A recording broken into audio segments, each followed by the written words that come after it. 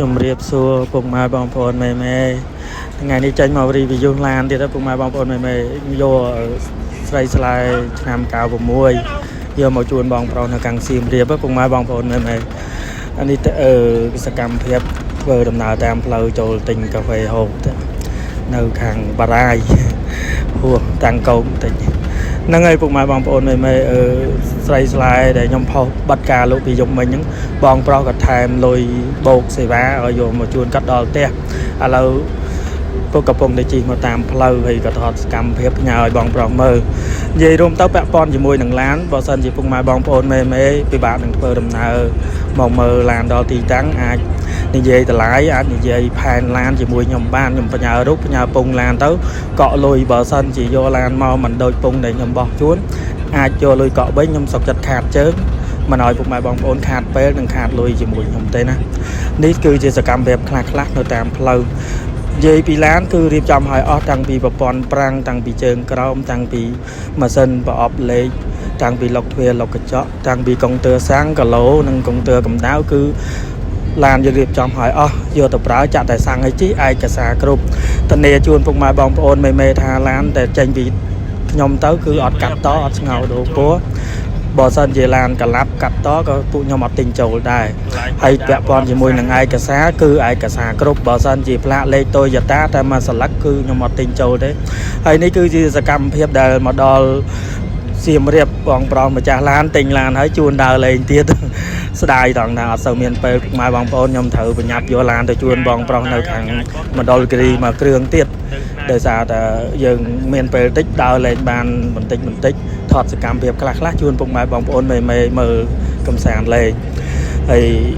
តើតើជាមួយនឹងឡានដូចខ្ញុំបានបញ្ជាក់ចឹងបើសិនជាពុកម៉ែបងប្អូនទិញឡានពីខ្ញុំទៅហើយពុកម៉ែបងប្អូនចង់លេងគ្រឿងបន្ថែមគឺយើងមានតម្លៃពិសេសជូនមិនថាចង់តម្លើងឯនត្រយចង់តម្លើង Smart Key ចង់ដូរយ៉ានលេងចង់បន្ថែមស្បែកពូកស្បែកជញ្ជាំងចង់បានពីដានចង់លេងភ្លើងចង់បានឡានប្រភេទដែលពុកម៉ែបងប្អូនចូលចិត្តពួកខ្ញុំអាចបដូររូបរាងជូនបានតែយើងគិតសេវាគិតថ្លៃលេងតាមនឹងទៀតពុកម៉ែបងប្អូនហើយតកតងជាមួយឡានកូឡាឆ្នាំ96ព្រោះបៃតងចាស់មានស្នេហ៍នេះបងប្រុសបងស្រីគាត់ស្រឡាញ់មែនតើអត់បានថតសកម្មភាពធ្វើឯកសារទេពុកម៉ែបងប្អូនព្រោះកន្លែងហ្នឹងបំពេញគោលការណ៍ទៀតឡើងហើយផុសឡានឲ្យតែផុសចប់ទីតាំងចប់អីមិនស្រួលហ្នឹងបំពេញគោលការណ៍ TikTok នេះនៅតែ3ទៀតទេនៅតែ3ដងទៀតទេគេទៅប្លុកចោលទៀតហើយ3 4 account នេះពុកម៉ែបងប្អូនពិបាកប្រើមែនតើអត់ដូច page អត់ដូចYouTube អត់ដូច Facebook អីទេនេះ TikTok ឲ្យតែបំពេញគោលការណ៍ 5-6 ដងគឺប្លុកយើងចោលអត់ដឹងថាយើងខំផុសខំ review តម្រាំតែបានយូរគាត់មើលច្រើនអត់ដឹងទេសំខាន់តើយើងបំពេញគោលការណ៍ 5-6 ដងប្លុក account យើងចោលហើយនេះគឺជាសកម្មភាពនៅខាងគោវត្តយើងពុកម៉ែបងប្អូនស្រស់ស្អាតមែនទែនទឹកដីត្រជាក់ត្រជុំកន្លែងយើងហៅថាកន្លែងទេសចរធំមួយនៅប្រទេសកម្ពុជាយើងពិតជាស្រស់ស្អាតមែនតើមកជាលើកទី5លើកទី6ហើយសារនេះសម្រាប់យកឡានមកជូនពុកម៉ែបងប្អូនមេនៅតាមខេត្តដូចខ្ញុំបញ្ជាក់ជូនអញ្ចឹងបើសិនជាឡានយកមកមិនដូចពងដែលពុកខ្ញុំបោះជូនទេអាចយកលុយវិញបានមិនឲ្យពុកម៉ែបងប្អូនខាតពេលទេបើសិនជាពុកម៉ែបងប្អូនធ្វើការសុំច្បាប់គេ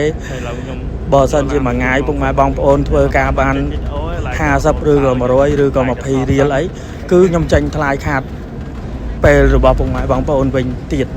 មិនឲ្យពុកម៉ែបងប្អូនខាតទេសំខាន់គឺឡានពួកខ្ញុំយកមកត្រូវនឹងពងត្រូវនឹងពេល